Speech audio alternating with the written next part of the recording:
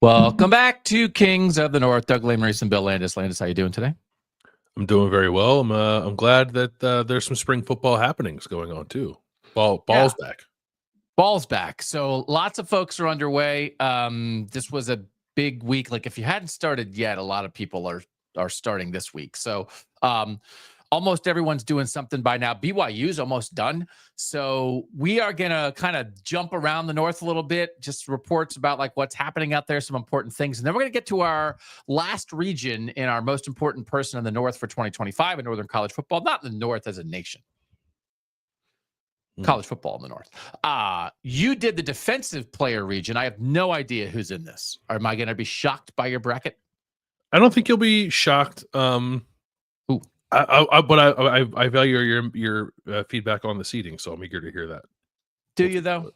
You don't have to say that just because people are watching. No, I do. I struggled with it. with the offensive player region, because it's like, man, this guy's really good. He should be a 1 seed, but they're like, that's not exactly the idea. So yeah, it's hard, but we'll get to it.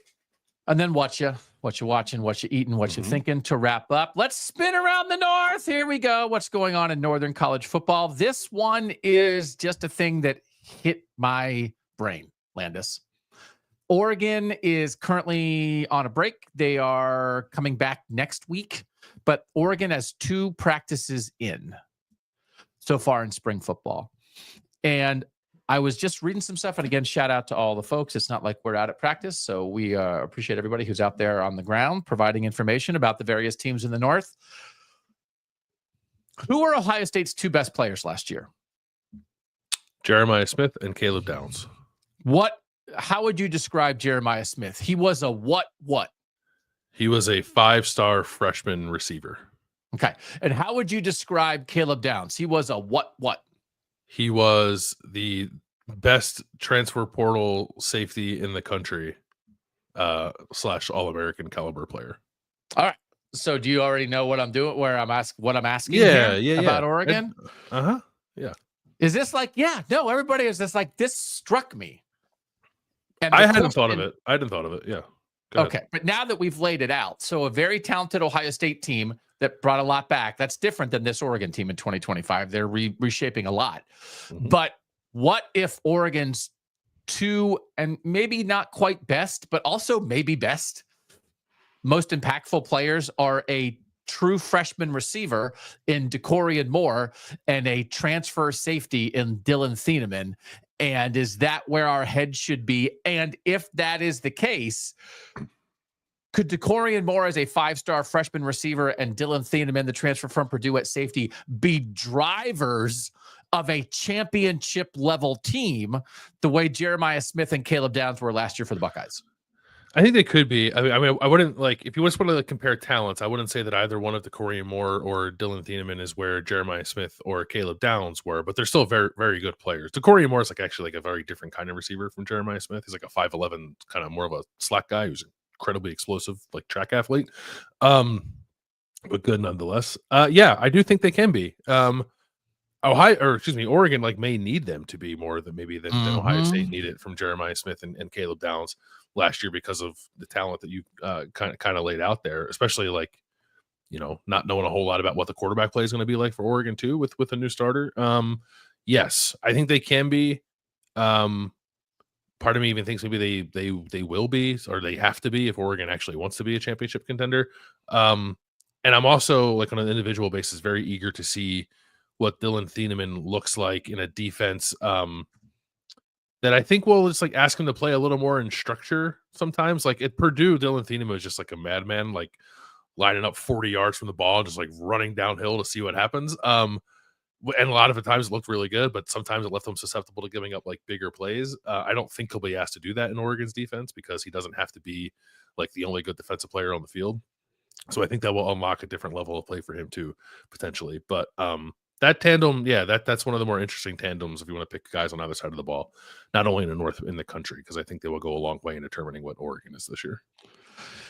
So Oregon is reshaping its entire secondary. They don't have any starters back in the secondary. And so I think, again, it's Jeremiah Smith, nobody's seen a receiver like that. This is crazy. And Caleb Downs, oh my gosh, Nick Saban was holy moly, as a friend. So nobody could be that. But honestly, for real, I don't think you could get any closer than DeCorian Moore and Dylan Thieneman, right, this year. I'm not saying they are them, but like they're 82 or 87 or 91% of them.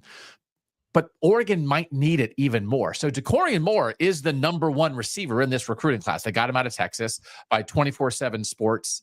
Number 4 overall player. Number 4 overall player and the number 1 receiver in the composite rating. So, like, is he Jeremiah Smith? No, nobody's Jeremiah Smith. But he's the Jeremiah Smith of this class.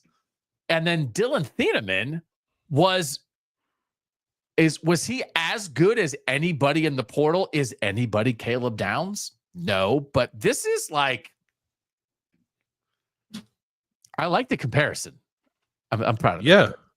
No, there's some stuff like Thieneman too, like Caleb Downs was like a freshman All-American. I think a finalist for the Sean Alexander Award that I believe Caleb Downs won in 2023. So like they're not like Caleb Downs is going to be like a top 10 NFL draft pick, and I don't think Dylan Thieneman is going to be that. Like, so I don't want to pretend like they're the exact same player, but like pathways are similar. I think like expected impact on their defenses, adjusted somewhat. I think are kind of similar. So yes, I don't think you can look around college football and like find a better comparison for Jeremiah Smith and Caleb Downs than DeCorian Moore and Dylan Thieneman. And I think that in how much they could matter, and also part of it for me is as the expectations were sky high for Jeremiah Smith and Caleb Downs, but also like they were true drivers, especially by the time you got to the playoff. I mean, there was no doubt for all Ohio State's talent that they were the two most rare special guys who were doing things that few people could do. And you look at Oregon and everything they have to replace, and they're doing it through the portal, and they are going to be very talented. But I think if you're searching for something, like I like grabbing onto this of like, I don't know, like this could happen. It's like, oh, they're replacing literally every single guy in the secondary, which has been a conversation point for their first 2 practices. What are they going to do? Well, Dylan Thieneman's going to help whip everybody into shape and be a guy who on every snap is somebody that the quarterback and the offensive coordinator of the opposing team have to worry about. And DeCorian Moore, if he is, and again, it's not, well, you and I had a million conversations last year of, for as good as Marvin Harrison Jr. was, are we sure is Jeremiah Smith as a true freshman already better than him?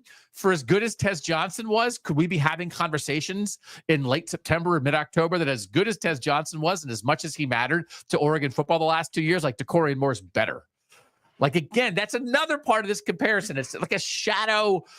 And again, so nobody can be Jeremiah Smith, Marvin Harrison Jr., and Caleb Downs, but Oregon is running this version of it as close as you can. And it worked for Ohio State.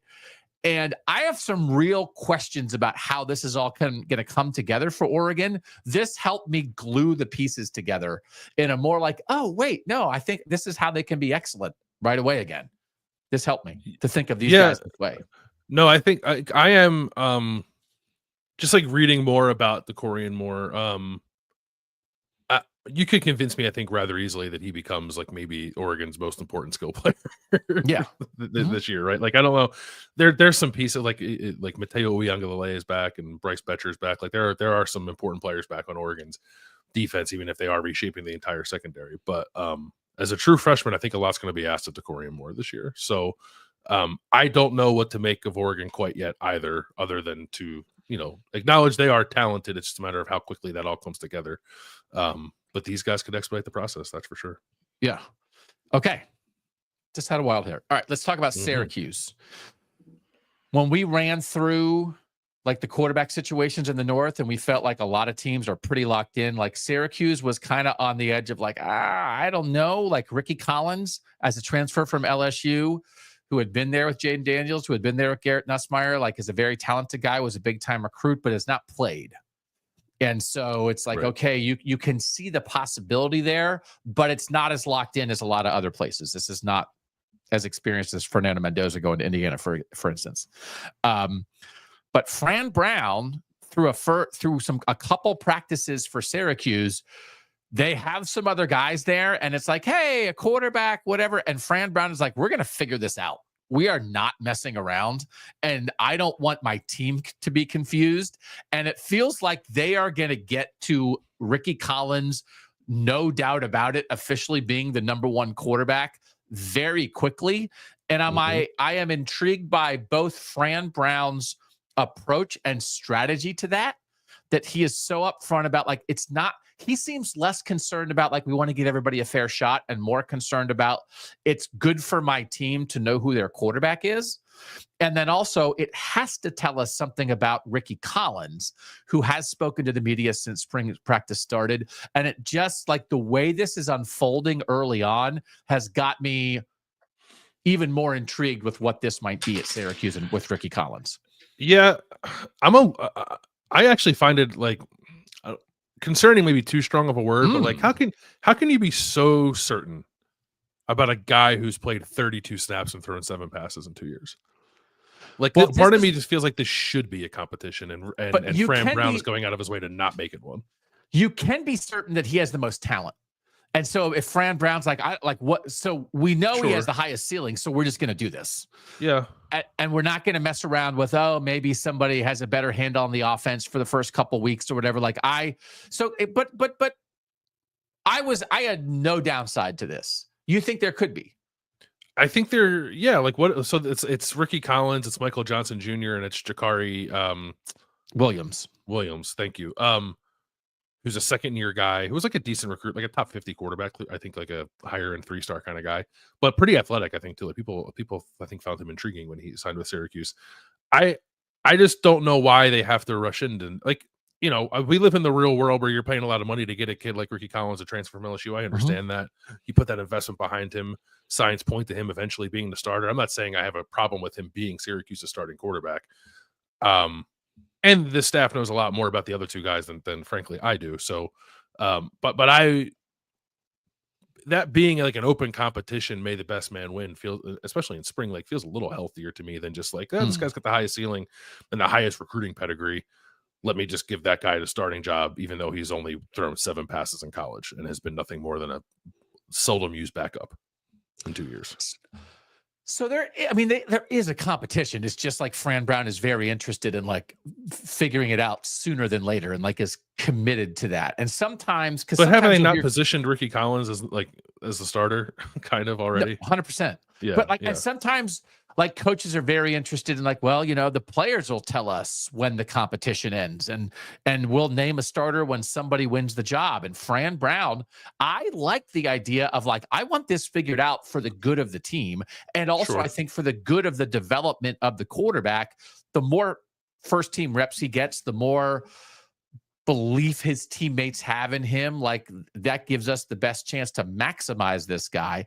And then Ricky Collins talking about this, obviously I think NIL was at play here, but he was also saying, like, he said to the reporters at Syracuse, and again, shout out to everybody on the ground doing the work, that he kind of knew where he was going the minute he got in the portal. And because, like, what the Syracuse offense did last year with Kyle McCord, it was very intriguing to him. So again, we've talked about Jeff Nixon. That was why he was in our coaches bracket. We've talked about how important this second year for this Syracuse program, this head coach, this offense will be without the quarterback who was running it.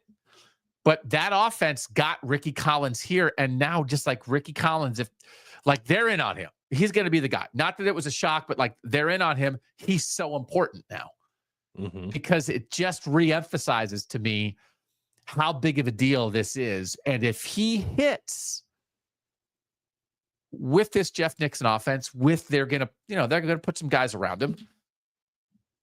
It's transformative for Syracuse football. It's the are you going to be a one-off, or are you starting something? And we talked about this so much with Ohio State that like Dwayne Haskins was kind of the first quarterback with Ryan Day who really showed what was up. Like, he had 1 year of JT Barrett, but then, like, Dwayne Haskins helped get Justin Fields interested in Ohio State. And then when Justin Fields, like, took it to the next level, all of a sudden you have something established with the quarterback system at Ohio State that hadn't been established there before. Kyle McCord laid something down. If Ricky Collins continues that, oh, man, I'm fascinated by the idea of this Syracuse offense being one of those offenses that you think about in college football. So if their way to continue that is to get to Ricky Collins as quickly as possible, I'm here for it. I don't disagree with any of that. I'm just like, I'm not I'm not convinced he's going to be that. How could you be, right? What's the track record of guys transferring to a program starting for the first time in their careers? I'd imagine it's not very good. Right. Yeah. Did you see the other thing coming out of Syracuse, by the way? I was reading it this morning on Syracuse.com, the fine folks there. They have a freshman, Demetrius Samuel, who reclassified from 2026 and then early enrolled. So he's 16 years old. He turned 17. He turned 17 in April. And Fran Brown, it was Fran Brown's idea. They're going to play him on both sides of the ball. They're going to play him a cornerback and receiver. And like the way that they were writing about it at Syracuse.com, like he might have a chance to start at cornerback because they're really looking for guys there, but also be a fairly important part of the offense at receiver. And Demetrius Samuel was like, I just thought I was coming to play quarterback. And then Fran Brown called me and said, no, we're going to play you at receiver too. So that is suddenly a very interesting player in spring football. He's 16 years old. Could you like this more? Like, pedal down, Fran Brown. Like, yeah. I love it. And also, like, the whole thing, like Colorado and Syracuse are like asking the NCAA if they can do this thing and get a waiver to play against each other and do the spring game. Like, they weren't just trading Twitter messages. They're like actually trying to do this. How fun is this? Oh my God. It is fun. I love the energy. Syracuse fans. I love the energy. Yeah, it's great. Yeah. Okay. Colorado, speaking of like Syracuse and Colorado, Jordan Seaton, their left tackle, and they seem pretty set at tackle. They have 2 transfers expected to start at guard, one from Illinois, one from Texas A&M. Mm-hmm. They think they have center figured out. And Jordan Seaton, who was a 5-star true freshman left tackle last year, in talking to reporters during spring practice, has said, like, we're going to run the ball this year. And like that is going to be a priority. And it is the kind of thing that all offensive linemen want to say in spring football, because offensive linemen always want to run the ball and be physical rather than just trying to drop back and pass protect. But they have a couple guys that are interesting, and they brought in Marshall Faulk to be the running backs coach. And I felt, I mean, the 2 years of Dion so far, one of the consistent things was they can't run the ball. So also, not even that they can, it's that they don't. They don't. You've talked about it a lot. So this is for you. Jordan Seaton's a real dude. Like, how intrigued are you by the idea of Colorado being like, no, yeah, we're going to run it? Because they have, like, Kane Saltner's going to be okay at quarterback. Like, it's not like, I don't think they have to, but if they're actually dedicated to this. And then I was like, oh yeah, but they brought in Marshall Faulk. He hasn't coached a ton, but they brought in one of the best running backs ever to get this done. And they brought in 2 real dudes on the offensive line, on the interior, to help out. Like, I think they're not just talking the talk about running the ball, they're walking the walk a little bit. Well, I actually think Caden Salter is a big part of that too, because he's going to run. He had, I'm looking at it now on PFF, he had 1,253 designed rushing yards at Liberty. He had more designed rushing yards than he did scramble yards at Liberty. So that'll bump up the numbers a little bit. They have all 3 of their top ball carriers back at Colorado. So that's good. I think the offensive line will continue to get better. They just, like, they need to find more balance in the offense. 132nd in the country last year in rushing rate. And Colorado and USC were the only 2 power conference teams with a rushing rate under 40%.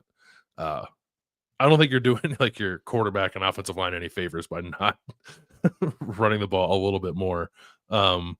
And if they're getting a quarterback who's more of a dual threat, and they have returning experience at running back, and they have Marshall Faulk, and they're losing their top 4 receivers from last year, I think all those signs point toward Colorado being a run-first team. I think probably never, but at least being a slightly more balanced than it has been.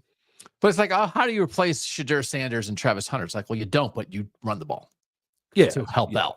So that you don't have to be as one-dimensional. Jordan Seaton, my evaluation is that we are going to run the ball every game, and we're going to do it and impose our will this year. We put a big emphasis on running the ball this year. We didn't do well at that last year, but when you have guys like Travis Hunter and LeJontay Wester and Will Shepherd, who doesn't want to throw the ball that much? But this year we will run the ball, and we are going to impose our will when we want, how we want to, and when we want to.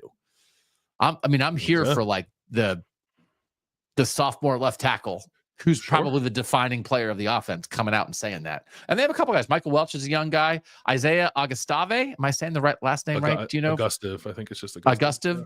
Like, I think they have two guys they believe in. It felt like they were searching a little bit for the backs last year, but Augustive, when he got in games, showed a little bit. Like, I think they like Welch. So I think like this could be real. Hayden's still there. He's still right? I don't even know, but it doesn't feel like he's a huge part of the conversation. So strange. He was like such a high profile transfer for them. And like, he was not, he was second. He had the second most carries, but he didn't pop there at all. Yeah. So I think I like that they seem to have like a plan for this. So anyway, all right. I want to talk about Nebraska a little bit. It's like some of this is like, I feel like we're talking about the same things with some of these teams, but it's also like these are the things that are kind of up in the air. Just like Matt Rule talking about Dana Holgorsen, the new offensive coordinator, and like how they're kind of coming together on this. And he just was talking about like, you know, we sat down and we talked about how we want to do this. It feels like Rule has a quote, Dana is very demanding with what he wants from the passing game. He's done this for a long time and he knows exactly what he wants. So it's like Rule and Holgorsen talked after the bowl game and like about what they want to do. But it feels like in the reporting and the way that Matt Rule's talking about it is like, he's like, this is Dana Holgorsen's deal. And like, I'm handing it off to this guy. And again, like veteran coach who's been around, but who also knows they need to get better at this, willing to maybe like let Dana Holgorsen do his thing. Like, I'm intrigued by this, and it feels like everybody's juiced up about it during spring ball for the Huskers. Yeah, I'm eager to see what it ends up looking like, because I really think they're going to lean into airing the ball out a lot. And that's in Holgorsen's background. He hasn't always been that. Like, if you look through some of his offenses, like he's been a little more run centric, I think, when he's had to be. But if you think about one, Dylan Raiola, two, the investment that Nebraska's made in the transfer portal receivers this year, and then also like look at the running back room, I don't think it kind of blows you away.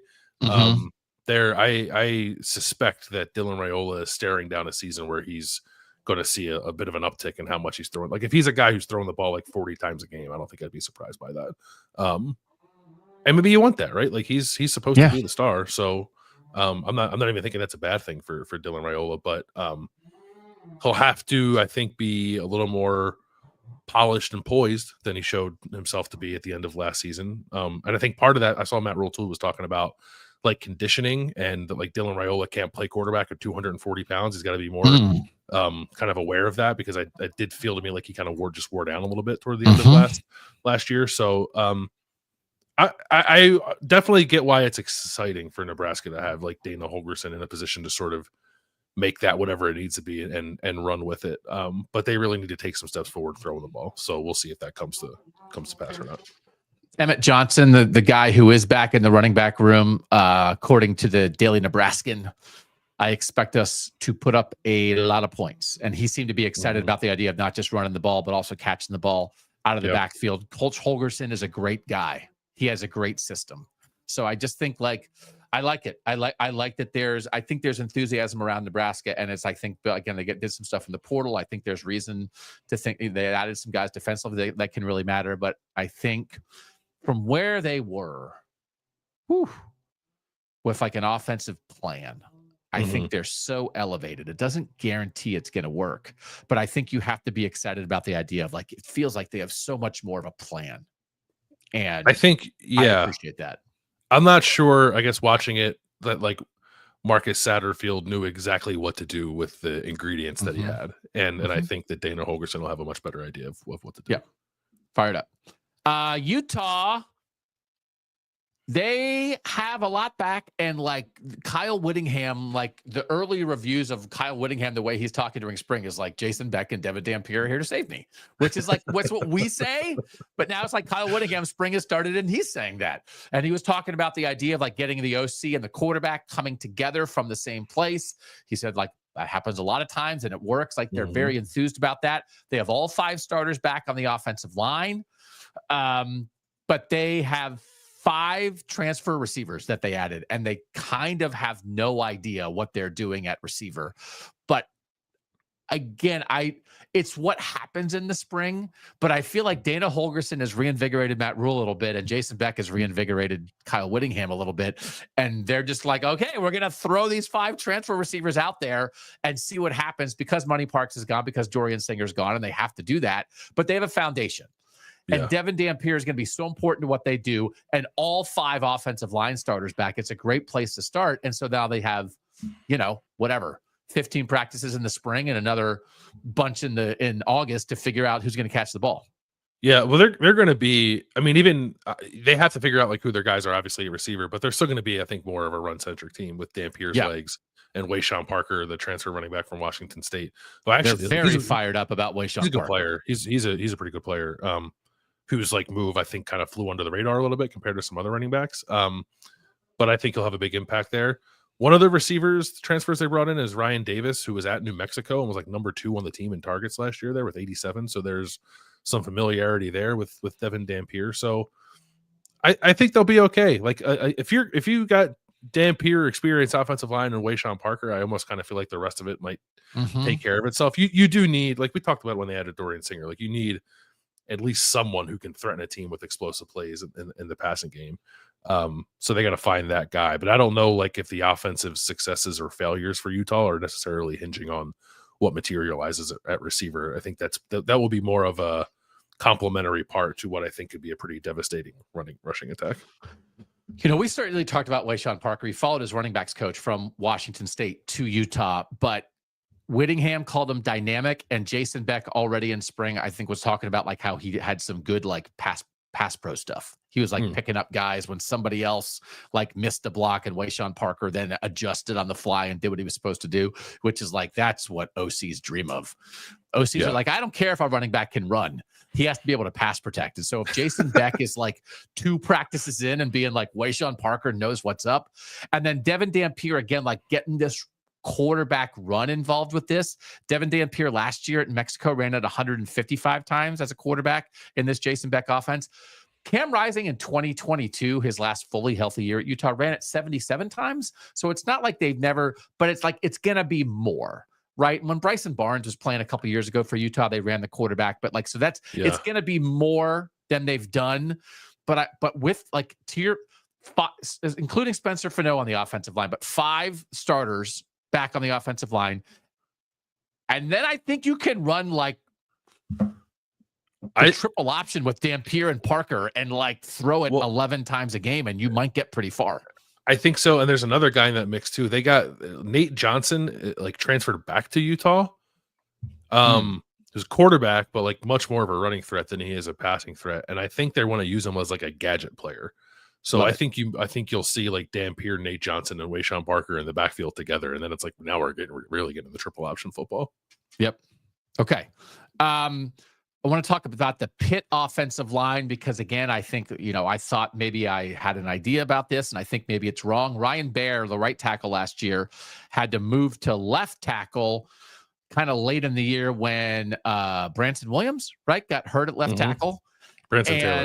Branson Taylor. And so I maybe thought Baer was going to be the left tackle, but Baer has talked since the start of spring practice that he's more comfortable at right tackle.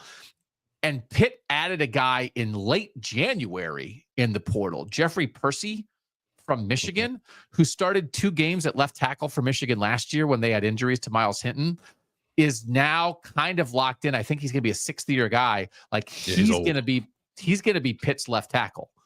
So they have Baer. They have a couple other guys back. I think BJ Williams and now I'm saying the names wrong. And Cooper, right? They have 3 offensive linemen back at Pitt. They added 2 other guys in the portal that we had talked about before, like one from Charlotte, one from another school. It's like, oh, they're putting some pieces together. But it's just interesting to me. This is happening at BYU also. Like Andrew Gentry, right? Transferred from Michigan to BYU. And like Andrew Gentry is going to be like an incredibly important piece to like settle BYU's offensive line. And Jeffrey Percy, who like his PFF grades were not that good when he started at Michigan last year, is like the centerpiece to like settle this Pitt offensive line, because the whole thing with Pitt last year was like their offensive line started to get hurt, and that was the beginning of their offense and their team falling apart. And so it's a little bit like I want to talk about how important this is for Pitt, but it's also a little bit of a nod like Michigan backups on the offensive line. Michigan's so good on the offensive line. Like the guys who are their backups who aren't really good enough to play are going out into the world. And like BYU and Pitt are like, you're starting here. And like, you're going to be super important to what we do. And it's just interesting. Like, this is how the portal should work. But like, this dude all of a sudden is like super important to what's going on in the North because Pitt's like, you're almost like a godsend for us. Yeah, I think I would feel better about the Gentry BYU conversation. Like Percy's been around a lot and not played a whole lot. So I don't there's a risk there. He's played 404 snaps and he's going into his 6th year of college football. Yes. And as you said, like when he did play, I don't think he was very good. So there's a lot of projection baked into this that I hope it works out for Pitt, but it's like it also feels a little bit like you're searching at the bottom of the barrel for a pretty important offensive line answer. By PFF, Miles Hinton, the starting left tackle for Michigan last year, in 265 pass protection snaps, gave up 10 pressures. Percy in 82 pass protection snaps, gave up 10 pressures. Yeah. So like this part of the portal like is fascinating to me, right? That a guy's at a program, he's at a really good program. He plays some, it's not great, as John in the chat is telling us, like younger guys at Michigan just passed him. So it's like, now I have to go look for somewhere to play. And Pitt is a good program, but Michigan is a step or two higher than Pitt. Pitt is not 2 years removed from a national championship. So a guy who like wasn't good enough at Michigan now is sort of like, oh man, he's super important to Pitt. So is that like you're fooling yourself, Pitt? Or is it like we can believe in this guy, we can lean on him, give him an opportunity, he doesn't have to be looking over his shoulder, and we can help bring more out of him in year 6 than he's ever shown before? Like, it is fascinating, but man, it really matters for Pitt. And also, tip of the cap for Michigan, like you've got some offensive linemen there. Your backups are going to start for other Power 4 teams. Yeah, and that happened with Notre Dame too. But like with Notre Dame, I think with like more like proven players. I actually think this is mostly like a snapshot of some of the perils of thinking you can just automatically upgrade on the offensive line in the transfer portal. Like Pitt's doing this and like hoping that Jeffrey Percy's good. We're going to talk about Indiana in a second. Like Indiana is hoping the guy that was the backup left tackle at Ohio State who played one game and wasn't very good can like start for them at tackle. It's like, it's a fascinating philosophical question of like, what would you rather bank on? A guy that's got some recruiting pedigree who was a backup at a Power 5 program, Power 4 program, hasn't shown a whole lot, or like an up transfer, maybe who has played more, but might have some perhaps physical limitations compared to more power. Like, I don't know. My answer would be like recruit good offensive linemen out of high school and develop them. I think it's but the other answer is there are not enough good offensive linemen coming out of high school that are developed correctly for that to happen. That's why portal offensive linemen are gold. So here we are. But yes, the idea that both Michigan and Ohio State are sending their backup left tackles out into the world to solve problems for other teams in the North is fascinating. Yeah. Anyway, Michigan's good at offensive line. So let's talk about Michigan. Michigan's doing a thing. And I didn't know they were doing a thing, but Sharon Moore talked about it. They want big receivers now. Donovan McCulley from Indiana, 6'5". It's like a trade, right? Indiana traded Donovan McCulley to Michigan for Tyler Morris, but Donovan McCulley is 6'5" and Tyler Morris is 5'11". And Sharon Moore is like, we want big receivers. So like, they're saying this, but they're also saying this spring, like we want big receivers, when in the past, like that's is not who Michigan has leaned on at receiver, right? Tyler Morris and Samaj Morgan led the receivers in targets last year. They were both under 6 feet. Roman Wilson, their leading receiver in 2023, was 5'11" at the combine. Ronnie Bell in 2022 at the combine measured at 6 feet after he was their best receiver in 2022. Like these are not, Cornelius Johnson was a bigger receiver, but they're saying now we want big receivers. And I don't know if they're saying that because that's what they have. So they're saying the things they have are the things they want, or if this is like an interesting, like philosophical shift at Michigan about how they're going to go about it in their passing game. It feels like I know that some of the freshmen they have are big too. It feels like a philosophical shift. I think one of the freshmen they have is like 6'5", right? Yep. It feels a little like old school thinking, just like, oh, you need 6'5" receivers. It's like, I think you just need like receivers who can win and like maybe have, a wide, like there are guys who are like 6'1", 6'2", who have a good catch radius. You don't need to be 6'5". So I would hope that like Michigan isn't painting itself into a corner by saying like we got to have receivers who are 6'4" and 6'5", regardless of their level of play. Because like Donovan McCulley like got lost in the sauce at Indiana last year. They brought in a bunch of transfers and they all passed him. He was good in 2023 though, in a bad offense. So I'm interested to see what that looks like. But it is a pretty dramatic shift, I think, in what Michigan's looking for from its receivers. McCulley was a good contested catch guy in 2023 too. So maybe they want more of that, more of like aggressive 50-50 kind of throws in that offense. Maybe Michigan isn't always leaning on. So further indication, I think, that they want to push that offense forward a little more than where it's been. Sharon Moore, quote, as we know, in the games that matter, you're going to have to play really big dudes that can go get the football up in the air. So this is a strategy. And then there's a guy that they've already have eyes on, possibly for the spring portal. Sincere Brown out of Campbell, 6'5". Campbell's an FCS school. Last year, 61 catches, 1,028 yards, 12 touchdowns. And Michigan's already on him. So this is like, and it's like fits this philosophical strategy. So like I'm put like a basketball team out there, a receiver, and then like and Bryce Underwood's like a 6'4" point quarterback. Yeah. So also like we have some like we're going to keep talking about Bryce Underwood. The way that Chip Lindsey, the offensive coordinator, they've talked about some things that like Chip Lindsey used the run game at quarterback, like Drake May. So Chip Lindsey was at North Carolina the last 2 years. His first year at North Carolina was Drake May's second year as a starter. His rushing attempts actually went down, but they still ran him a little bit. Like Drake May is not a terrible comp, I think, for Bryce Underwood either. I'm curious how they'll work in the quarterback run. And then, like, again, trying to compare things. Like, I'm curious at the very least, the way Georgia used Justin Fields as a true freshman, where they ran him, is that the least that Bryce Underwood is? But then also it gets to the point, it's like, well, why are you like putting him in to run the ball? Just like play him, So like, I'm just, I think like the minimum for Bryce Underwood is he plays like 20% of the snaps. And then at some point they just might be like, why? What are we like? This is put him in for 100%. Why are we trying? Mikey Keene's 5'11", and Bryce Underwood is 6'4", and it's like we want really big receivers so our under 6 foot quarterback can just throw the ball straight up in the air and these guys can go get it.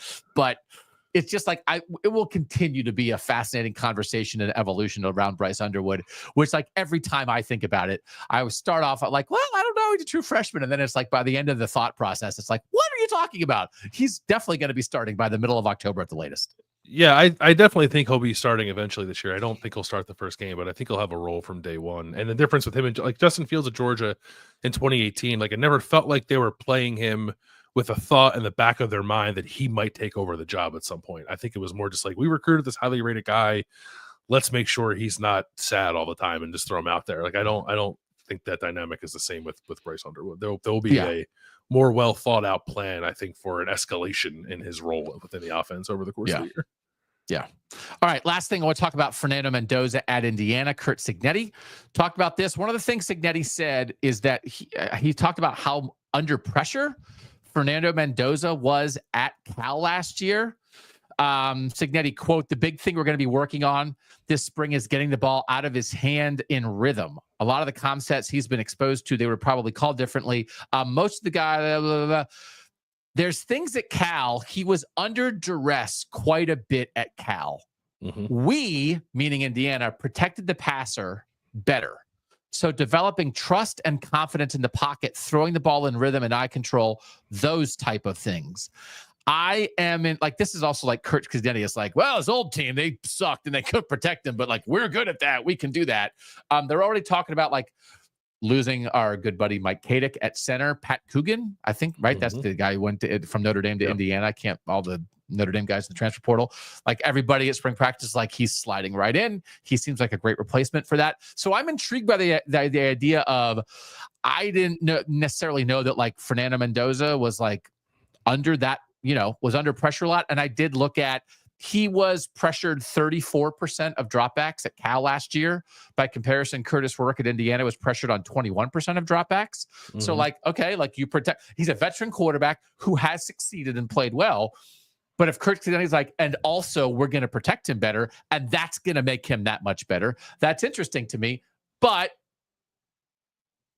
are they actually going to do that? Carter Smith, who's one of their returning tackles, was like, yeah, we got it. But you mentioned this earlier, Zen Michalski, the transfer from Ohio State, who played one game at left tackle for Ohio State after Josh Simmons last year and was very clearly not the answer, and then got hurt, which paved the way for Donovan Jackson to slide out from guard. But Zen Michalski was the next man up when Ohio State's projected first-round left tackle Josh Simmons went down, and it was a mess. And now it's like, oh, that guy transferred to Indiana, and he's going to be a starting tackle. Like, I don't know. Yeah, I'm not entirely convinced they're going to be able to protect the quarterback in quite the same way they did last year. But still, even with that said, they could still do it better than what Cal did, because 34% is pretty high. And I think you have to. I know people are maybe just getting used to a little bit of Curt Cignetti now. He's only been in Indiana for 1 year, but their track record of developing quarterbacks and getting transfers ready is pretty strong. This is I think this will be the fourth straight year that they've had a transfer starting at quarterback, going back to their JMU days. And the two they had at JMU were like conference player of the year and quarterback of the year. And Curtis Rourke was second team All Big Ten last year. So they know how to do this. They're doing it with they don't have Tino Sunseri as quarterbacks coach, but Curt Cignetti and Mike Shanahan, I think will get Fernando Mendoza right, even if the offensive line maybe is slightly worse than it was last year. And just like continued, like, I don't know, Indiana. They got the two good receivers back. They added Roman Hemby at running back from Maryland. The offensive line seems to, Carter Smith, Pat Coogan, like at decent shape, right? So I'll tell you what. They paid John in the chat mentioned like he said the value paid $1 million for Pat Coogan. I heard a pretty freaking high number for Zen Michalski too. Like really, like enough to make me think like, who's in charge of where this of where you're putting this money? Like we'll see. I'm not trying to dog Zen Michalski, but what's what we're talking about? Like that. There's a lot. But that's what like programs like this. Like this is what a skill this is for these programs that are good but are below the top tier. When you can try to identify from little bits of film, like, oh, this guy's a backup at a tier 1 program, and he hasn't looked great, but we think there's something there, and we're going to pay to get him here. And again, this is one of those where, like, I don't think these head coaches at other schools, it's like, well, we had younger guys pass them. They would love to keep these guys for depth, right? But they're not going to be starters. Zen Michalski and Jeffrey Percy would not be in line to start at Ohio State and Michigan, but they're going to start at Pitt and Indiana. So anyway, I think it's interesting. All right. Yeah. You ready for a bracket? You ready to bracket this up? All right. When we come back, most important defensive players in the North, the Bill Landis region. We'll do that next on KOTN.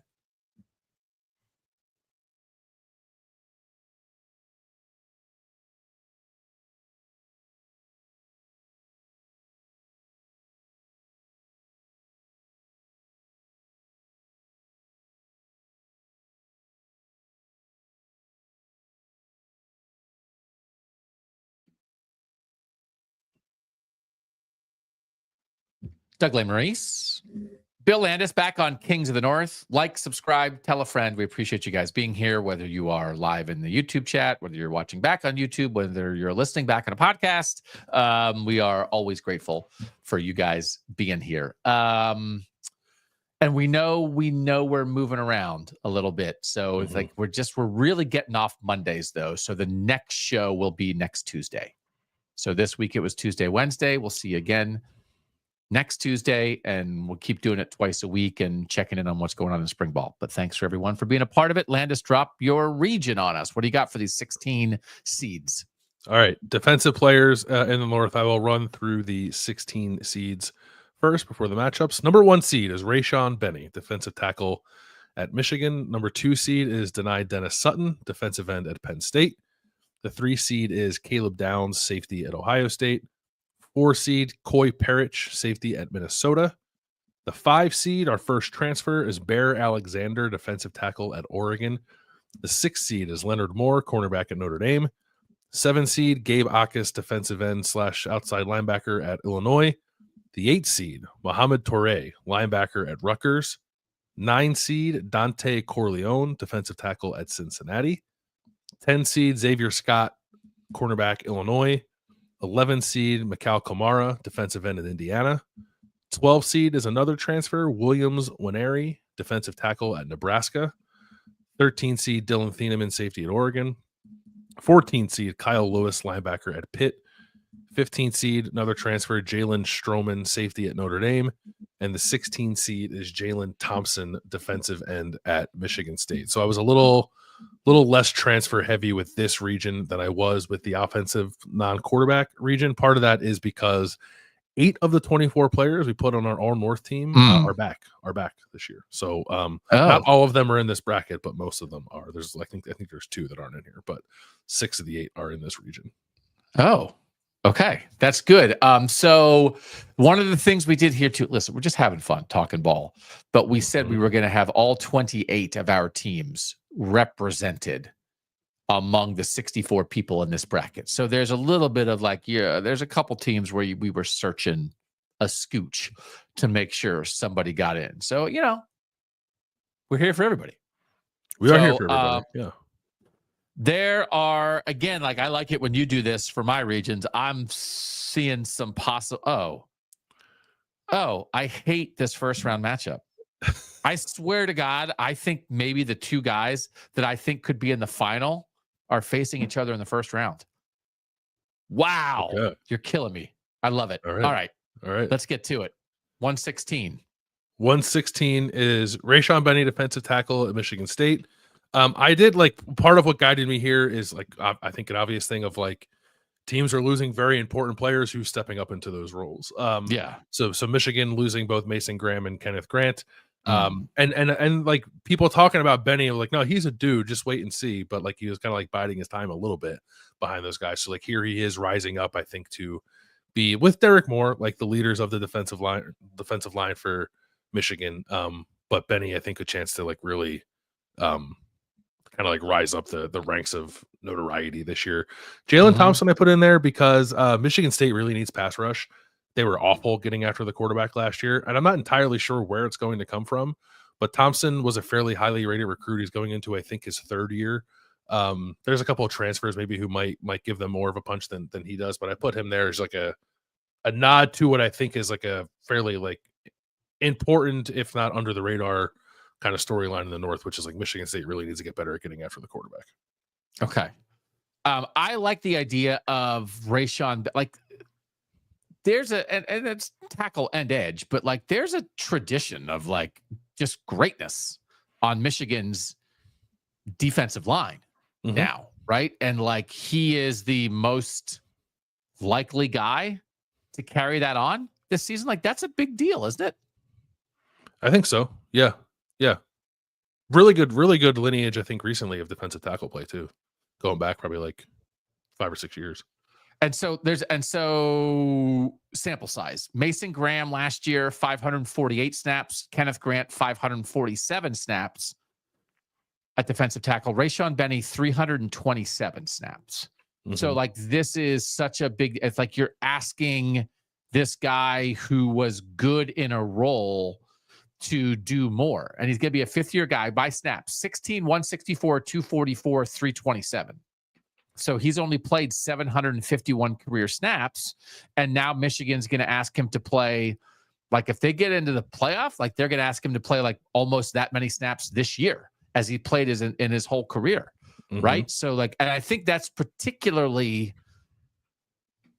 an interesting conversation for defensive tackles because the grind and the way you get worn down, you really have to be able to hold up and still be as explosive and as sound when you're playing 45 snaps a game instead of playing 30 snaps a game. Right. So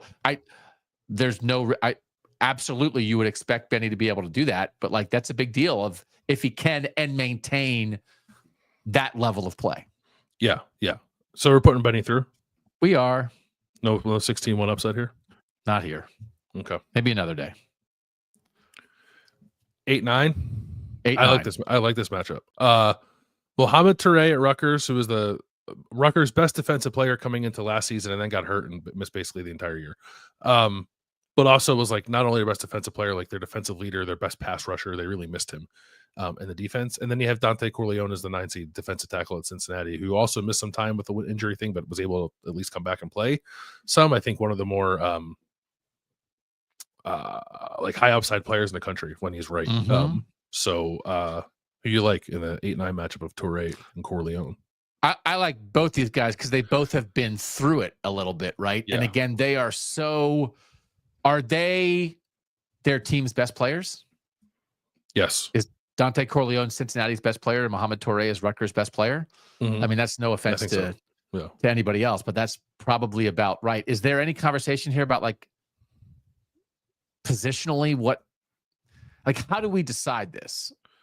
They play different positions, but I feel like other than that, they are very similar for programs in kind of similar spots, and that they are both like all-American candidates when you wouldn't necessarily always assume that Cincinnati and Rutgers have all-American candidates on their defense. So how do we decide? Yeah, I would say like maybe from positional value, you would say like, well, the defensive tackle might matter more than a linebacker, but Touré is like not just an off-ball linebacker. He is in passing situations. He's the guy that they're expecting to get after the quarterback. And maybe is like more of a, I don't know. Is he more like a heart and soul of the team defense kind of guy than maybe Corleone is? I'm not entirely sure. Could Dante Corleone be the best defensive tackle in America this year?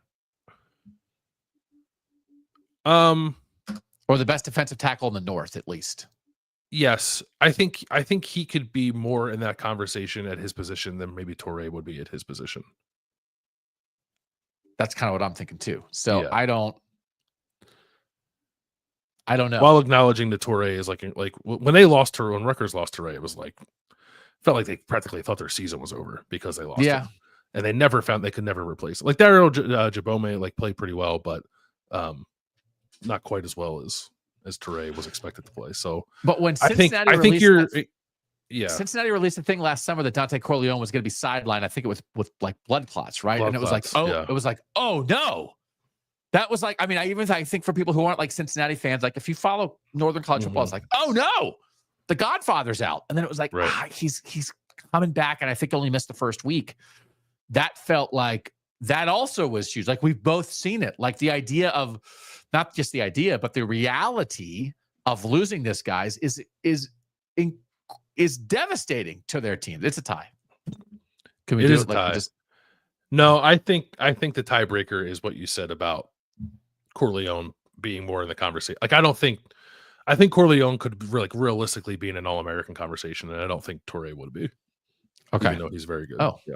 All right. So the Godfather advances. Plus, in a tiebreaker, the Godfather. The Godfather wins. Yeah. Okay. All right.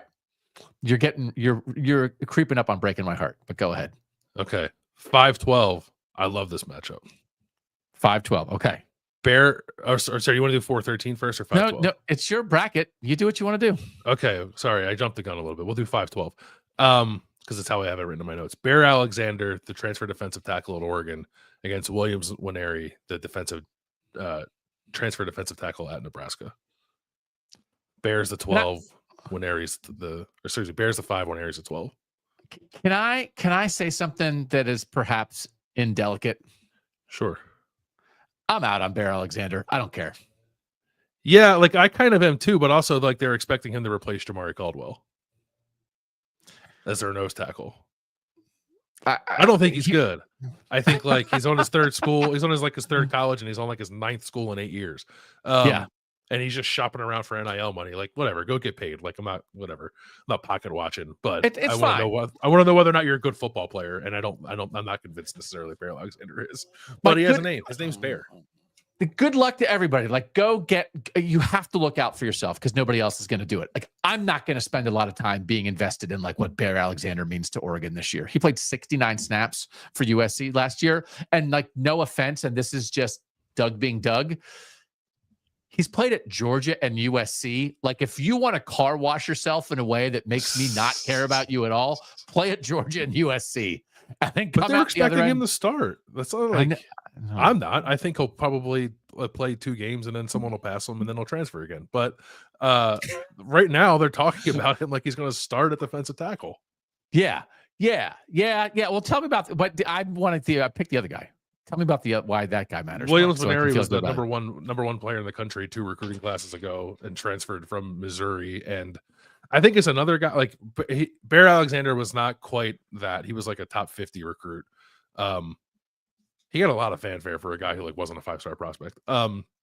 Yeah, Nwaneri was, and I think is.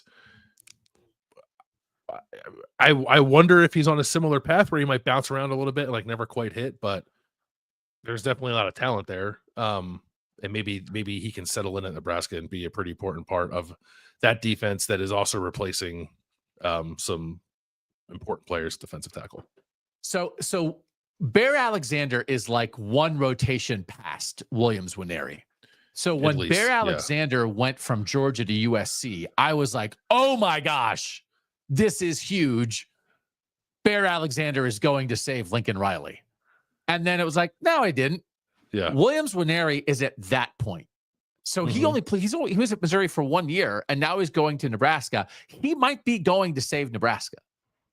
And he only played 4 games last year. So it's like there's less sample size of like, I think there's still more bubbling potential with Williams Nwaneri. So I'm 1,000% vote for him. Yeah, I made him the 12 because I wanted an upset.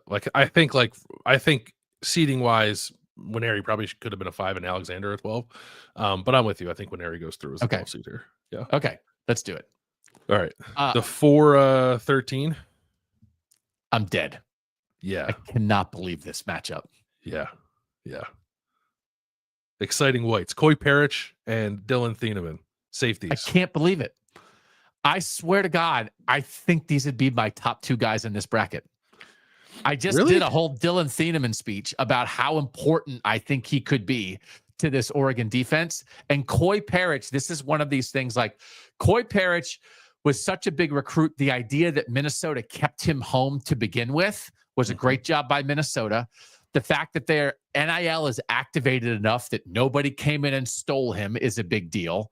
He's a punt returner in addition to being a guy who played a ton as a freshman at safety. And like what Dylan Thieneman and Coy Parrish could mean to their teams this year, like I would have both of them, I think, literally beating anybody else in this bracket. I would pick them.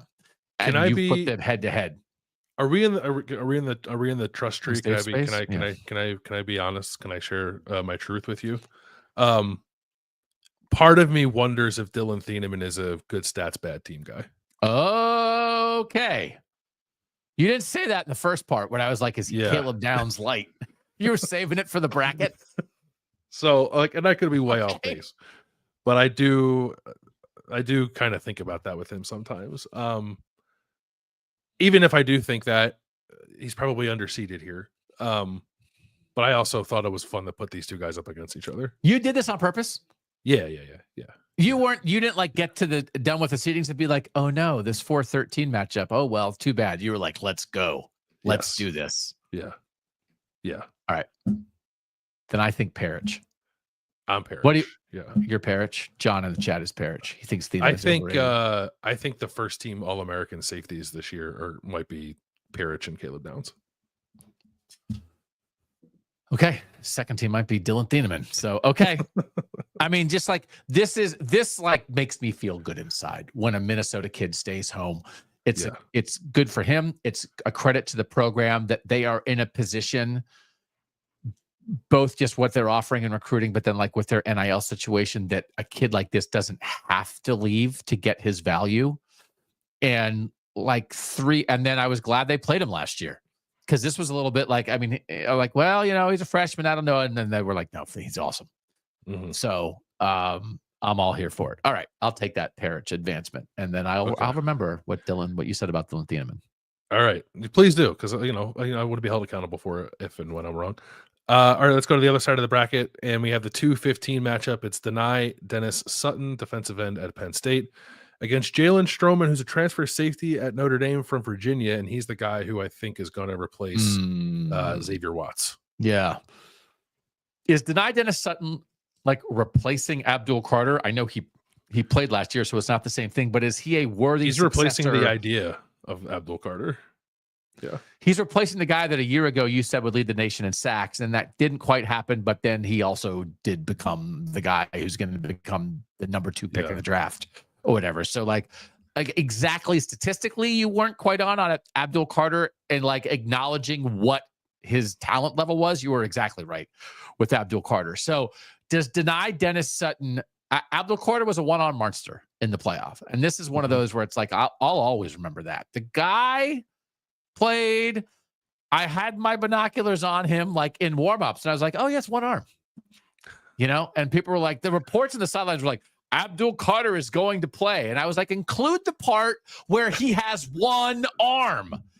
He's dragging his other arm around like it's not actually attached to him. Yeah. He played with one arm. He had like 1/3 of his pass rush moves. And Notre Dame was still like, I don't know if we can block him. So like, he's unbelievable. Does Denai Dennis Sutton need to be as much of sort of a down-to-down, game-to-game monster as Abdul Carter was, especially when it's go time, in order for Penn State to be who they want to be? I think he does, because there's also not an obvious heir apparent at the other defensive end spot. Like, I think Penn State has options there, but they're searching through a little bit and trying to figure out exactly who that's going to be. And in the meantime, like, Denai Dennis Sutton is a guy who's got proven production, but I think probably needs to bump it up a little bit as like the guy who needs to be the kind of game wrecker on Penn State's defensive line on a week in, week out basis. Okay. So that feels like an advancement for the 2 seed then, right? Yeah. I just wanted to mention Stroman and Stroman, I think, is hurt and not participating in the spring, and I think missed most of last year, but was pretty good the 2 years prior to that at Virginia, and is replacing one of the best defensive players in the country. So, okay, worth mentioning. I like it. Did you do this next one on purpose too, or did it just happen? Nope, did it on purpose. You're diabolical. Illinois teammates, Gabe Bacchus is the 7 seed, right? And Xavier Scott as the 10 seed. Defensive end and cornerback on the same defense. Yeah. You are diabolical. Why is Bacchus seated higher in your mind? Like positional value, I think upside as a pass rusher. Like, if he takes a step forward, Scott's really good. Scott was one of the best corners in the country last year, but if Bacchus further develops into a guy who's really going to mess some stuff up front for opposing offenses, then I think he becomes slightly more valuable. How capable do you think he is of that? Like, are you sort of expecting a leap where Gabe Bacchus is like all big first team, all Big Ten reckon passing games kind of guy?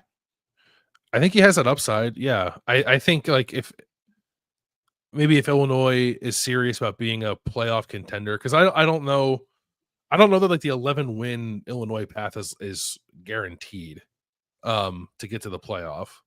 So, but if he's going to be that, then I think, you feel better about that happening. So I think he's got that upside. He had 44 pressures last year to lead the team. Pretty good.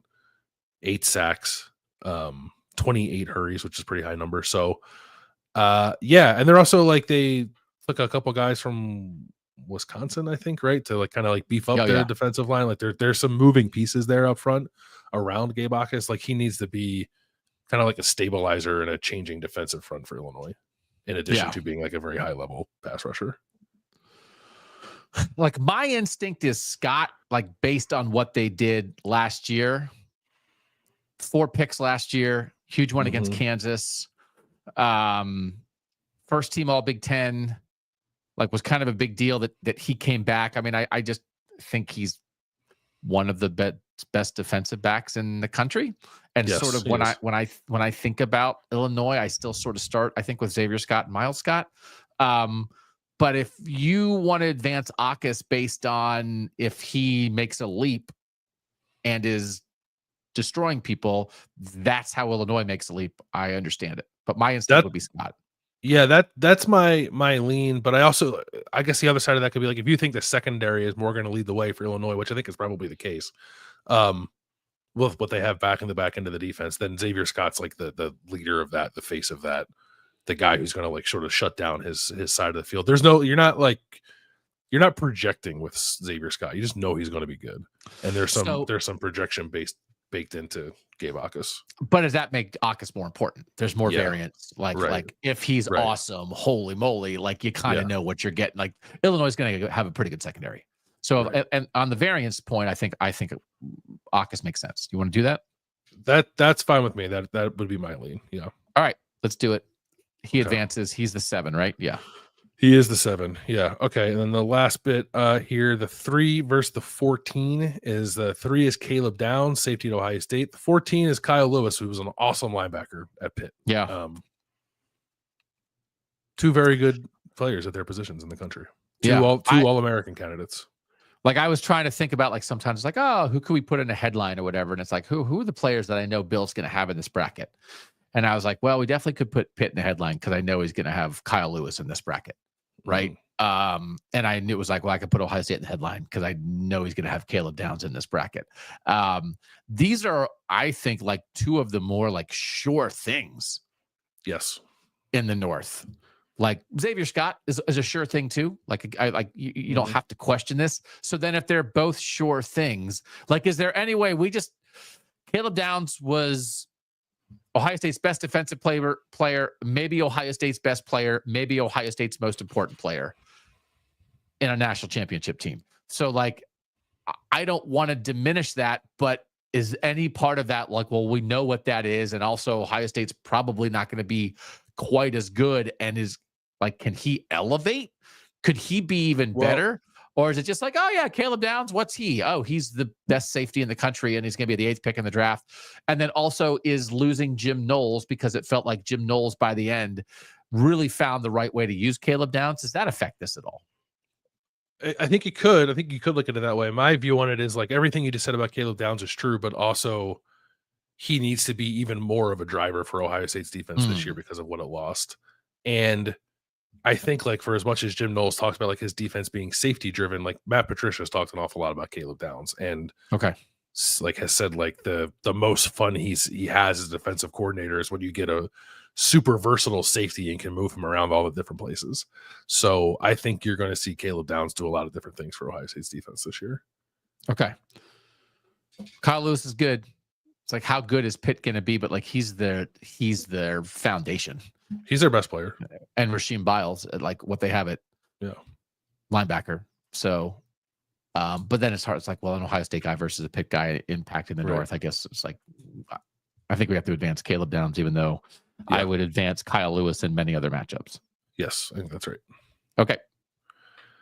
And then the last matchup I think is another tough one. It's Leonard Moore, cornerback at Notre Dame, is the 6th seed against Mikal Kamara, defensive end from Indiana, as the 11th seed.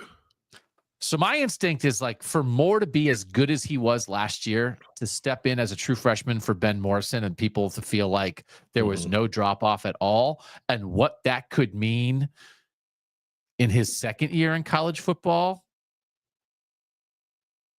with a new defensive coordinator, how important he is to all of this, but also by the end of the year, is it like, oh, who's the best cornerback in college football? It's Leonard Moore. Everybody knows that. On the table, like I would be tough for Mikal Kamara to outdo that in my mind. Yeah, I think that's right. I think with Watts out the door, Moore becomes like the leader of the secondary. And I don't know, like, can you be a leader of the defense as a cornerback? I think like Leonard Moore might show us if he can. As a true sophomore. So yes, like Kamara was excellent last year for Indiana. I'm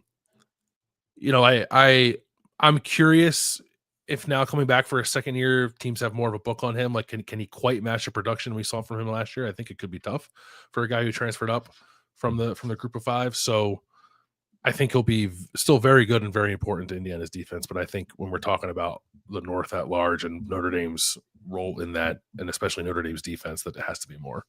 Is the pick here. Yeah. Okay. All right. I think it's more. All right. So the 6th seed advances there. All right. Next round, we can run through these. Sure. So it's we have in the This is Rayshon Benny versus Dante Corleone, the 1 versus the 9. You look at you with the defensive tackle matchup. You love this. That's right. Yeah. Who's better? Like, I know that's not what this is, but who's the better defensive tackle? If you could draft one for your team this year, who would you take? Corleone. I think I might too. So what does that mean? So if we're establishing, okay, we think Corleone's better, now we have to have a different reason, and there are many of them, for Benny to advance ahead of him, which would be what? If like what Wink Martindale has been saying about him just like comes to fruition, and then we halfway through the season, we're like, I think Rayshon Benny might be the best defensive tackle in college football.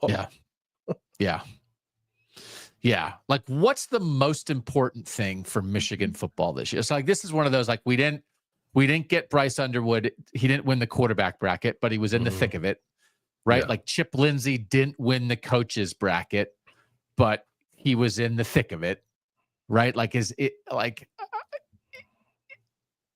is what happens on Michigan's defensive line like the swing point for Michigan football in 2025? That's a good question. I would say probably the quarterback question's hard because they have like 2 guys there, and like we don't think Bryce Underwood's going to start right away. So maybe you'd lean a little more toward the defensive line because of that. Those guys were just so good at tackle. Like those guys practically beat Ohio State by themselves. Yes. Mason Graham and Kenneth Grant. Like, that's what we're talking about replacing. So right. That just like puts like everyone stepping up on the defensive line like under a microscope. But Benny, especially if the thought is like, no, this guy has that kind of talent too. He's just been kind of lingering while those other guys were doing their thing ahead of him. Ohio State still has like not quite, but like they're not 100% locked in on the interior of their offensive line in March. Mm-hmm.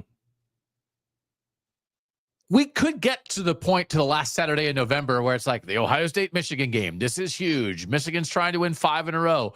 What's the deal? And it's like, the deal is Rayshon Benny might destroy Ohio State the way Kenneth Grant and Mason Graham destroyed Ohio State last year. And that's where this game will pivot.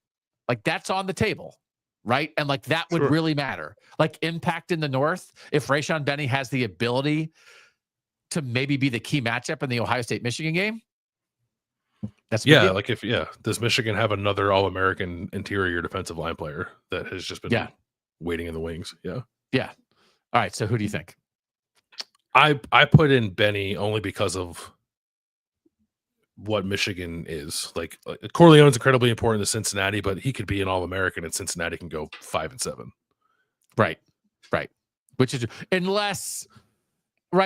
which is true, but also if we're talking about like Dante Corleone, my gosh, like he's gonna be the 12th pick in the draft, and he's a monster, and everybody's talking about him. And sometimes, you're just an outstanding guy for a team that isn't quite getting it done. Like that's on the table too, right?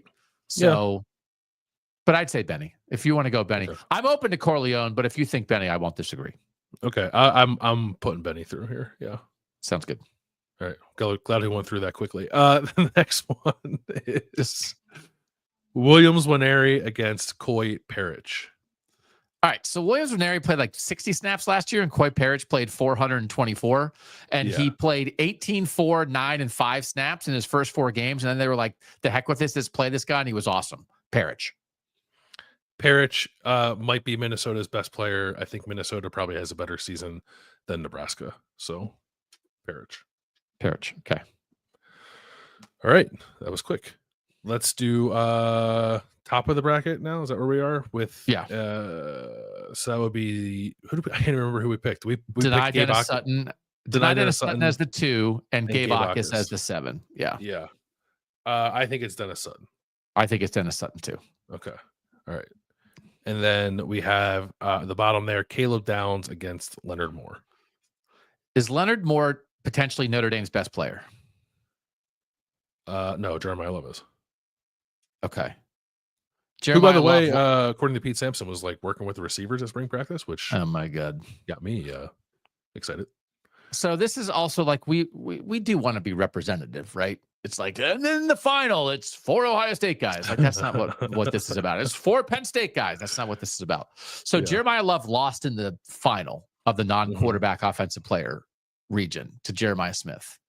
We have another Ohio State Notre Dame matchup here. If Jeremiah Love is Notre Dame's best player, is Leonard Moore Notre Dame's best defensive player? Yeah. Could we get to so Christian Gray was the guy that was covering Jeremiah Smith on the bomb that wrapped up the national championship for Ohio State, and Notre Dame does not have guys follow, but there's always a first time for everything.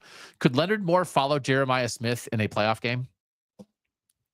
He should. Yeah. Yeah. Could Leonard Moore, Jeremiah Smith be like the most impactful matchup in a playoff game this year? Yeah, I think it could.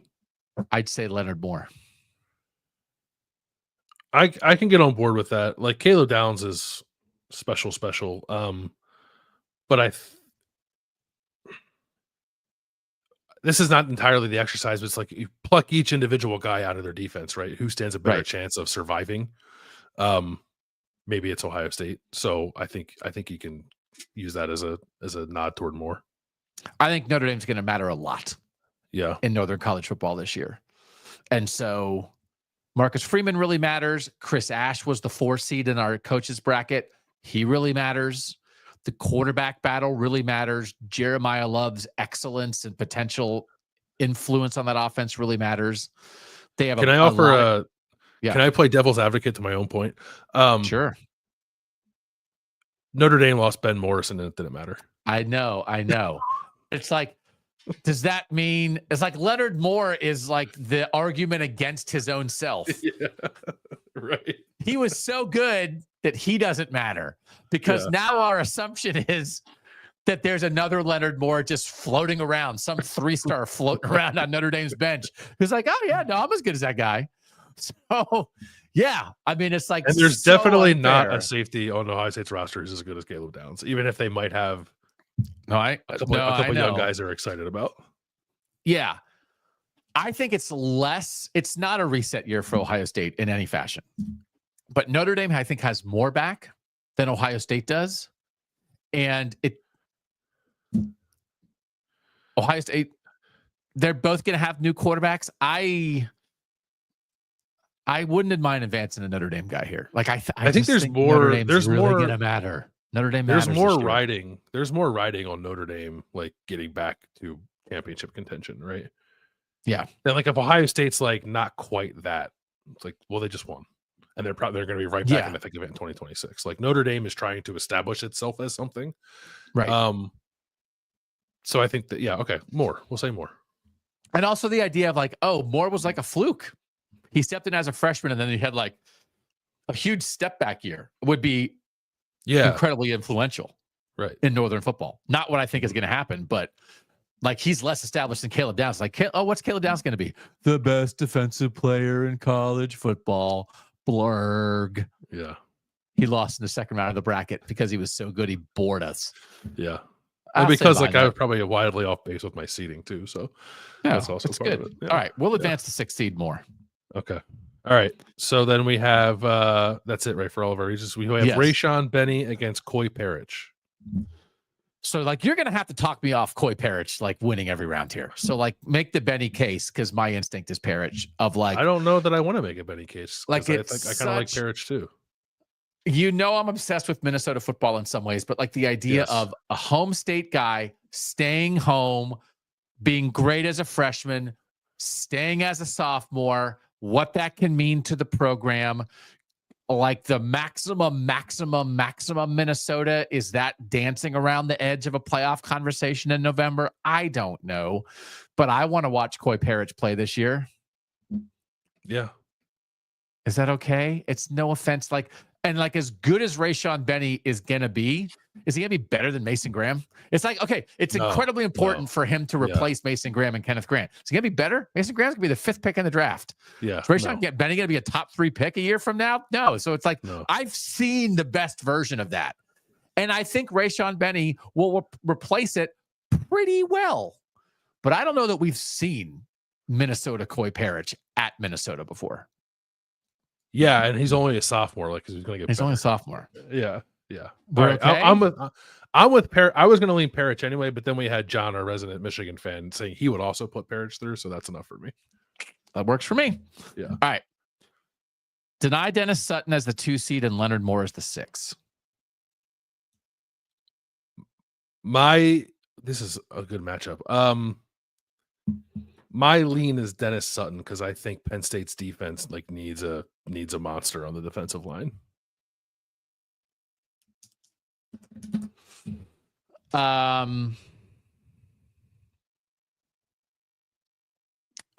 It's hard because there are a lot of other people that matter on both teams, and they've been all over our brackets, as we already said. James Franklin's in the Final Four.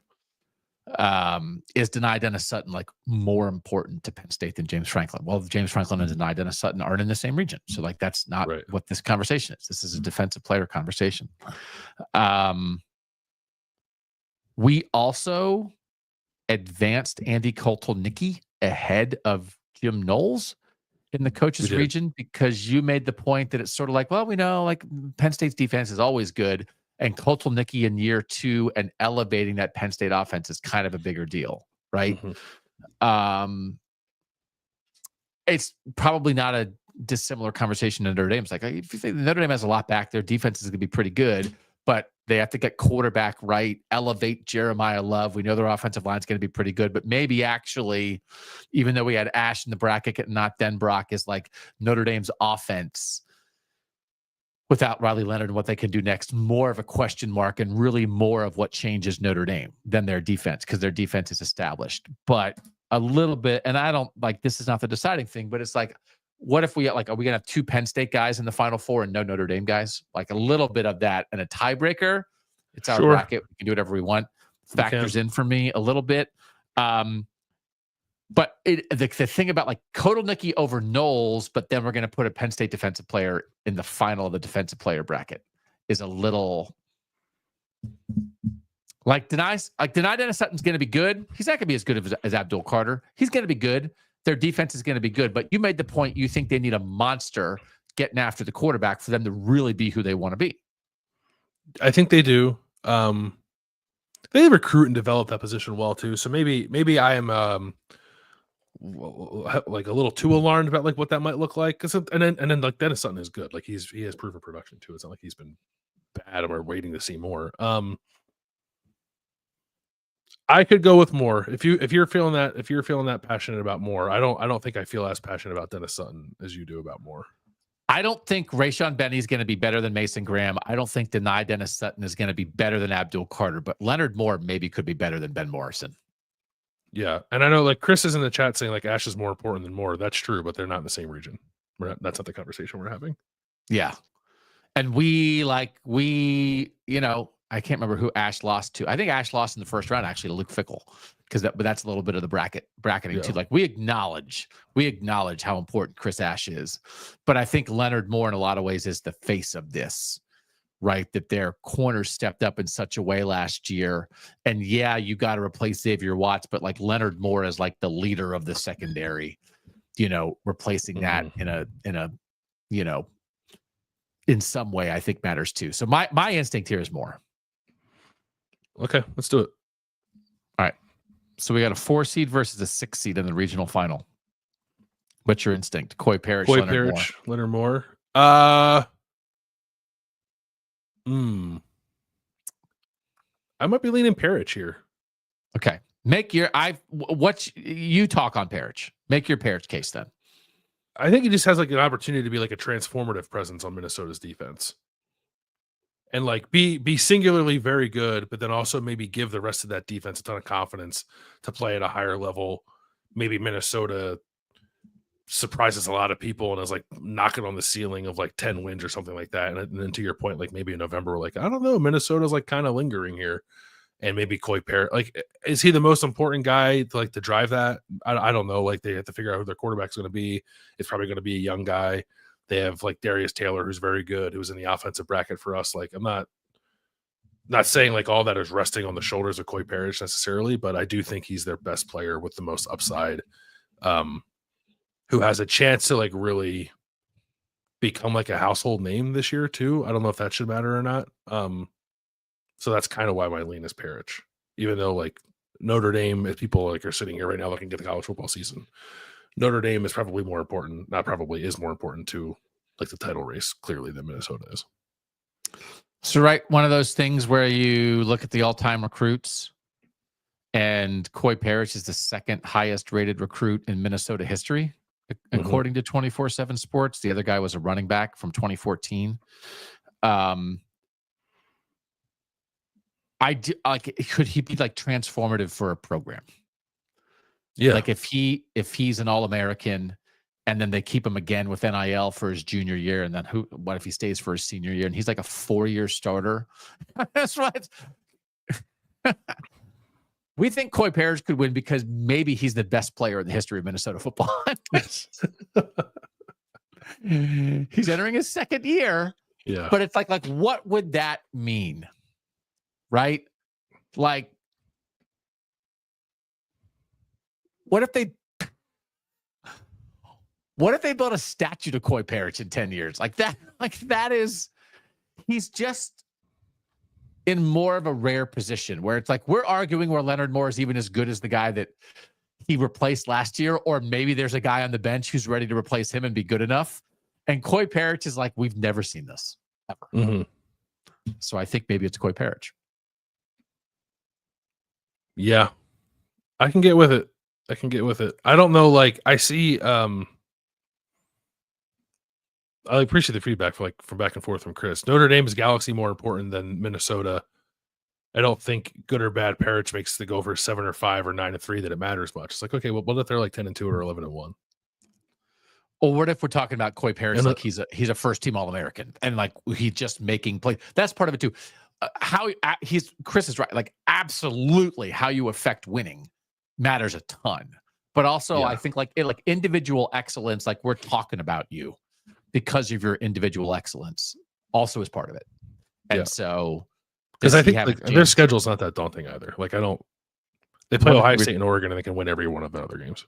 And what if he returns 3 punts for touchdowns? Like that he has a chance to be like, we don't think Minnesota is the next Indiana, but if Minnesota is the next Indiana, is he a better player than anybody on Indiana was last year?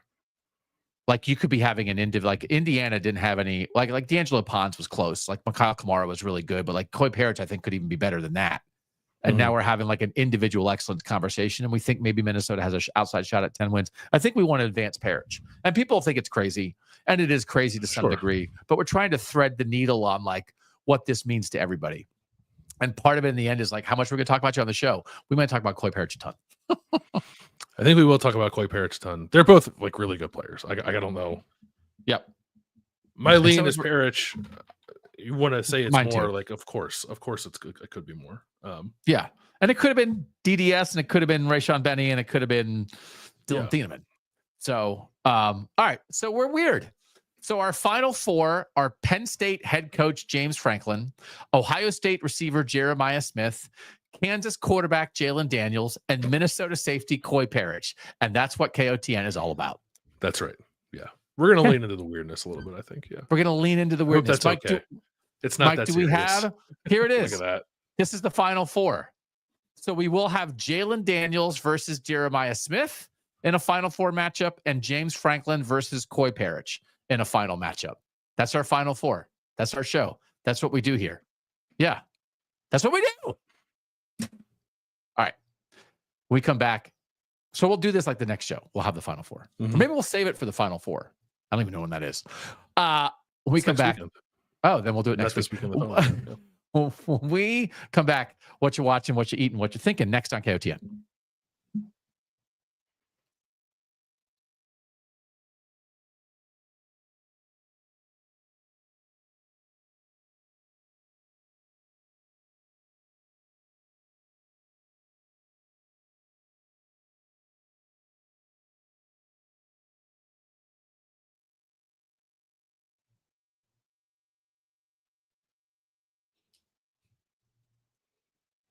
Doug Lesmerises, Bill Landis, KOTN. Landis, what you watching?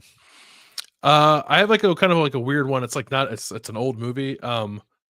But I watched it actually last night because today would have been my mom's 57th birthday, and like around this time I tend to like, I don't know why, like watch movies that we like together or like listen to music Yeah. that we like together. And some of the movies are quite strange. And I was just like buzzing through Netflix, and Runaway Jury was on there. It was like the John Grisham Oh, movie. It's like, hey, Gene Hackman died. Do you want to watch Runaway Jury? yeah. But like so I watched that last night, and it's just like it's a movie that's like, I don't know, 20 years old. But if you've never seen it, I think people should watch it because it's like a really good Oh, movie. It's Gene yeah. Hackman and Dustin Hoffman and John Cusack and Rachel Weisz, and like it's it's a John Grisham book, so it's a courtroom thriller. But it's a really excellent movie actually. And I watched it last night, so it was fresh on my mind.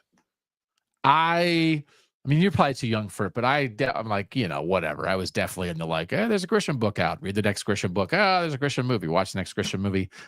This might be my favorite one. There's really like a thing to it. Yeah.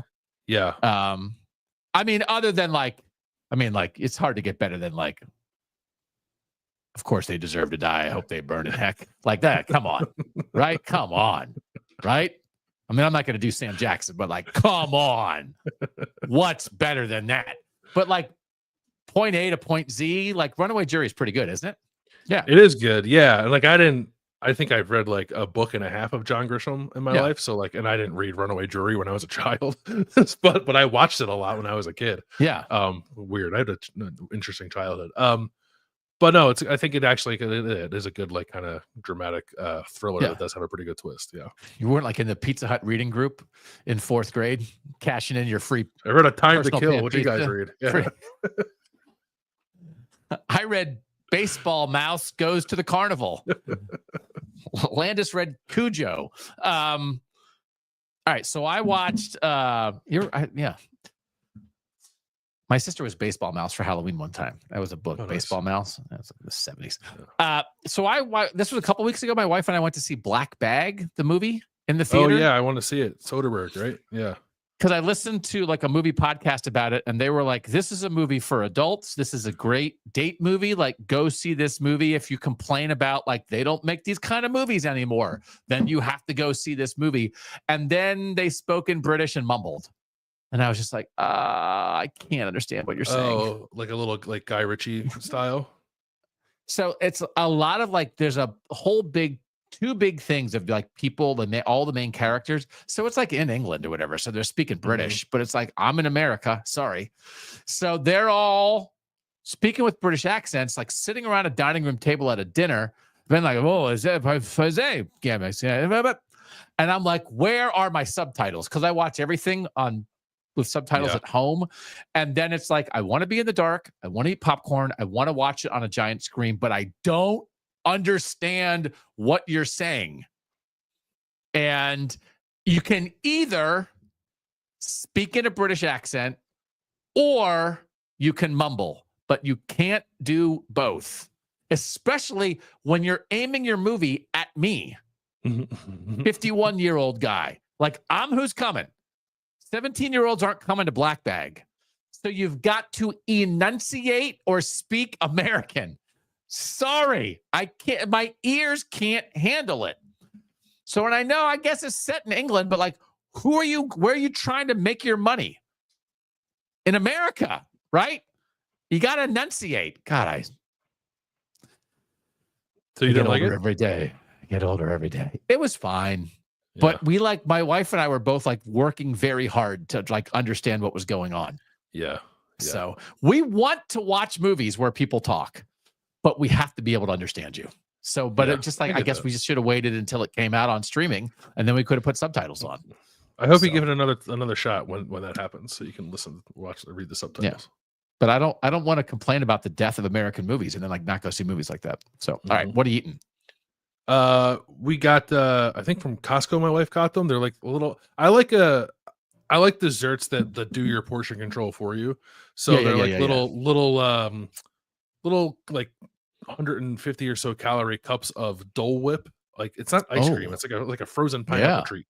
They're non-dairy, I believe. But I've only ever had Dole Whip like soft serve. These are more like I don't know what it is. It's like it's not quite, where I come from, we call it water ice, water ice to be more specific. So it's more like that. But my wife bought like a box of them, and I ate like the entire box in like 4 days. So but like they do a good job of helping you with their portion control, but also if you eat 3 in a day, it kind of defeats the purpose. But they're so good. They're so good. So refreshing. Refreshing. After dinner treat. Yeah. Love it. Yeah. Bill versus portion control is like we could story of my life. Yeah. Yeah. It's like a nice little treat, especially when you have 5. No, I do the same thing. It's too delicious. Yeah. You appreciate the effort, but don't be so delicious. Thank you for telling me how much of this I should eat. Now I'm going to ignore you and eat 5 times out of mouth. Yes. I keep my list of things to talk about, and we've done the Brussels sprouts. Have we talked about the Brussels sprouts on here a lot?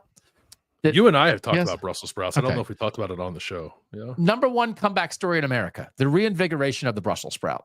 Yeah. Like Brussels sprouts, when I was a kid, like Brussels sprouts were the stand-in for like horrible things that you don't want to eat. It's like, Brussels sprouts, because people just like boil them or whatever. Mm-hmm. And now everywhere you go for a nice meal, they have the crispy Brussels sprouts as an appetizer, and they are fantastic. And what a comeback story. And I just want to give a shout out to the Brussels sprout industry. I've also helped by like the good flavor seasoning industry. I don't know what they put on there, but I make them taste good. But like, just amazing. I mean, number 1 for me, top 5 answers on the board. Name a food that when you were a kid, everybody thought sucked, that now everybody likes. Buzz, show me Brussels sprouts. Amazing. Who doesn't like Brussels sprouts now? I want to get Brussels sprouts as an appetizer every meal I go to. Incredible redemption story. You and I had dinner in Nashville a couple weeks ago. We had Brussels sprouts on the table. They were quite good.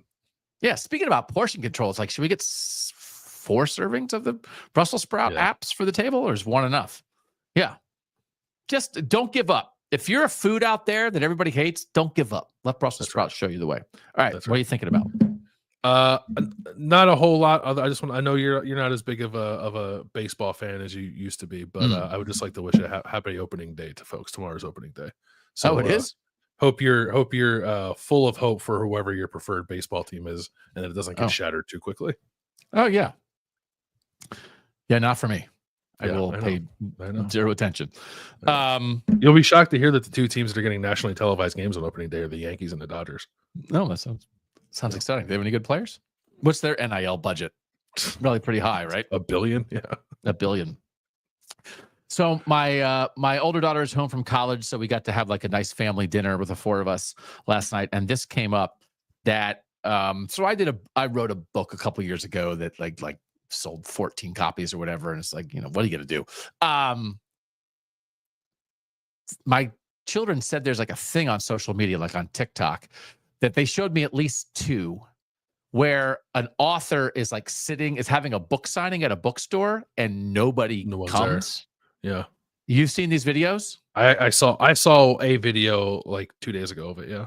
Felt really bad. So then they do a video, and then one of my daughters said that one of those videos got 65 million views. And that, like, hey, this poor guy. And then apparently he sold a bunch of the books. Oh, nice. So my children and I were trying to figure out how to set up a book signing for my failed book where they could then video me of nobody being there. And then we could get millions of views and I could get pity sales. And I said, I want to be heartbreaking and pitied. And my wife said, you are. I thought it was like, but like we were kind of acting it out, and they were like, well, you can't be over the top with like, wanting to be pitied. And I was like, I got this. Like, don't worry about me being pitiable. I've got that nailed. So look for it coming to your algorithm soon. Me alone in a bookstore with nobody there, and hopefully pity. And I was thinking maybe trying to sell a book that came out 3 years ago. Yeah. But I also thought it could maybe work for this show. Like, is there a way where we could like feed on people pitying me to drive up viewership for KOTN? Because But the question is, like, if you actually know me, that's happened. There have been things where like people are like Twitch streamers or yeah, YouTube streamers where like no one's watching. yeah, Yeah, you could to do the that. moon. We'd have to have a show with 0 views. Okay. But the problem is, if you know me at all, I'm not pitiable because I'm more hateable, right? Like this freaking guy. Right. So I have to like, it has to be for the strangers who don't like, I can look pitiable, but like if you hear me talk for 5 seconds, you're like, I hate this guy. So, but anyway, possible off-season strategy. All right. I like it. Pity Doug for ratings. Thanks as always to you guys for making time to consume Kings of the North. Without you, here, I'll work on it. Without you, we're nothing.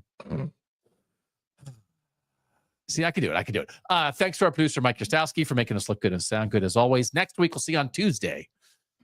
I think it's Tuesday, Thursday next week, but it's very least Tuesday, talking about Northern Ball for now. He's Bill Landis. I'm Doug Lesmerises, and that was Kings of the North.